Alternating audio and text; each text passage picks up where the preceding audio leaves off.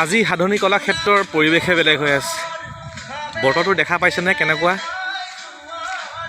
এটা কুঁৱলী কুঁৱলী লগা ফিল হৈছে আৰু চিপ চিপ বৰষুণ। ৱাও,